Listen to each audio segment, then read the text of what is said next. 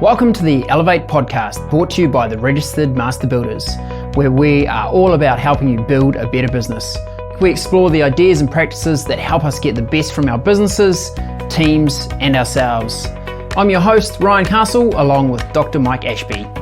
Each week, we talk to experts, advocates, and business owners in the construction industry to share their knowledge, insights, and experiences to help you build a better business and enjoy a better life. In addition to the podcast, the Registered Master Builders Elevate is also an online learning platform hosting courses, programs, and content that help construction business owners and their staff to build a better business. Now let the business building begin. Hi there, welcome along to the Breakthrough podcast. I'm Ryan Castle, joined by Dr. Mike Ashby. Mike, great to have you here. Lovely to be here as always, Ryan. Mike, a little topic of conversation I'd like us to talk about with our listeners today is the constant state of busy. It's probably, if we were medical doctors, not doctors of not that kind of doctor. International business or one of those kind of ones. Not that kind of doctor. We'd really symptom that we see presenting in our members and our organization is just this constant state of busy. And I think it's become a bit of a global, almost an epidemic really. A little bit about gentleman's hours. I did. I was just thinking about that. I was thinking that, and in fact, the data backs this up. 10% of income earners in the 80s in the US, I think this was, they worked less hours than any other group. So they made more and worked less. Now, it's the reverse. The top 10% of income earners work more hours than any other group. And it's kind of gone with two things, is that kind of culture of productivity. And look, we work with people, helping them improve their productivity, helping people get more done, helping people get more organized, waste less time, etc., etc. But I reckon that it's gone too far. I think that we've become obsessed with productivity, and people have got these tools to help them. They've got apps to help them, and it's all about, here's the list, and I will be successful if I get through this list. What does that lead to? That leads to an overwhelming sense of things to do. So an overwhelming sense of busyness, not of productivity, but of busyness. Yeah. And I feel that so many people are seeking this nirvana that actually doesn't exist. Yeah. People commonly say to me, hey, look, I'm just really busy at the moment, but in a couple of months I won't be. And I think we're in this constant state of always thinking that the projects we've got on, the client urgent situations, the staff requirements, the personal things that take a lot of time in our personal lives, we always feel like we're just busy right now, but in a couple of months it'll all be fine. My observation, that never arrives. It's always a couple of months away. And quite seriously, I used to say that to my first wife. I used to say, just this, no, I know I'm not home much, but, the next couple of weeks, just when I just need to get through this bit. And there never was. There was always something there. It is a delusion. It's kind of a mirage. And I know that you can comfort yourself by saying, yeah, but it's a real mirage. But it's just a mirage. That idea that just over the horizon, just when we get through this, this swamp, we'll be on hard ground, we'll be able to sit back, relax, let's do the important things now.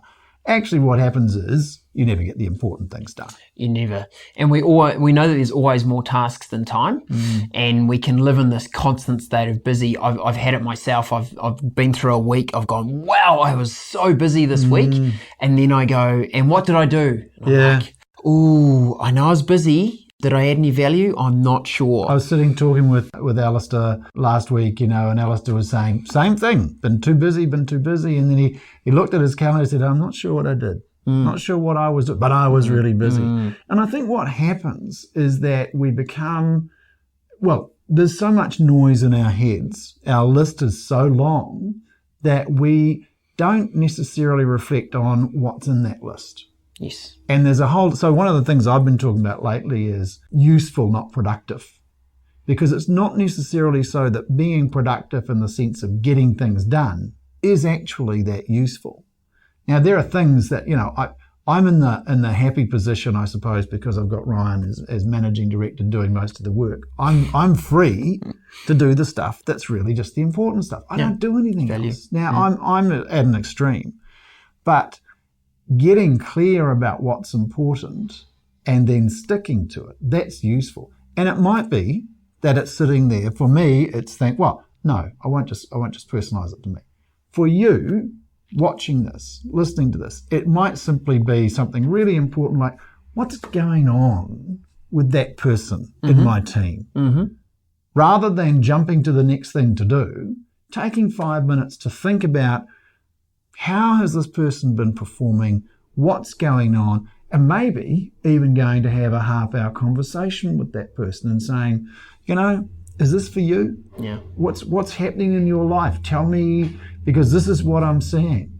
Now, that's not productive, is it?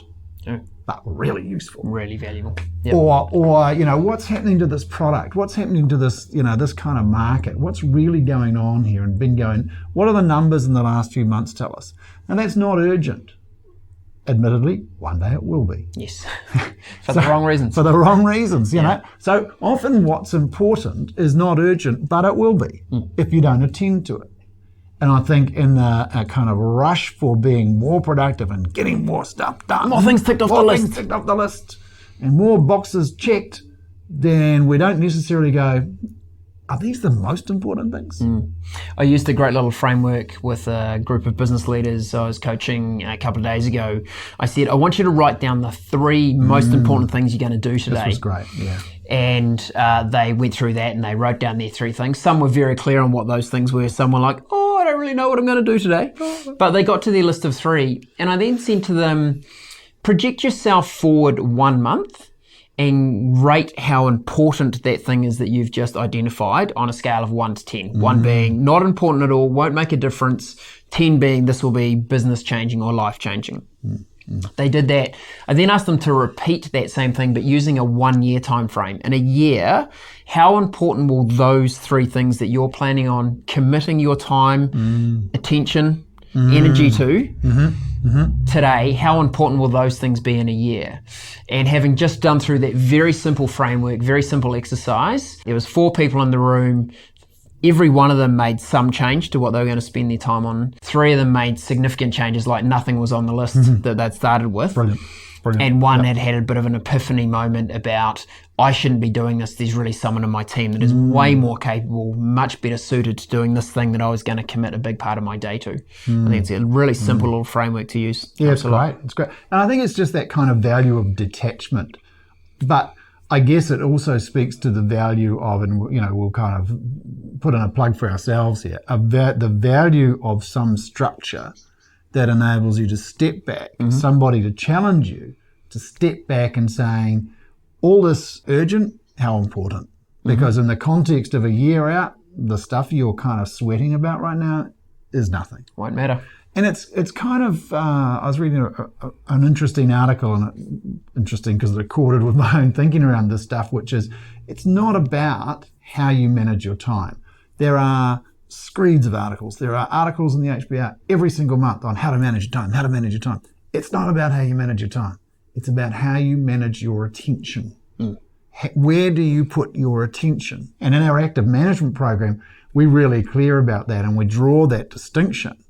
The whole idea of active is mindful, and mindful is about where you choose to put your attention. Because we can go a whole day, we can go a whole week, in fact, we can go for years and not pay any real attention to what we're doing. We're good at what we do, we know how to do it, so we keep doing it. Yeah. And if we've got a day that's comprising a list of things that we know how to do, we'll go to it. That'll be our go-to stuff. That'll be a good day well done. Except we've never really paid that much attention to why we're doing it, what we're trying to achieve, how does this help move the business forward, is it important in the context of a 12-month horizon, any of those sort of bigger questions. Because I reckon if we did that, we'd probably just put a line through half those things. And when you do that, then you can replace it with higher value stuff. True.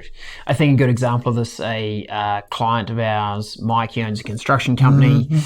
Look, we used to refer to him as the subby wrangler because he used to spend all day, every day with his phone glued to his ear.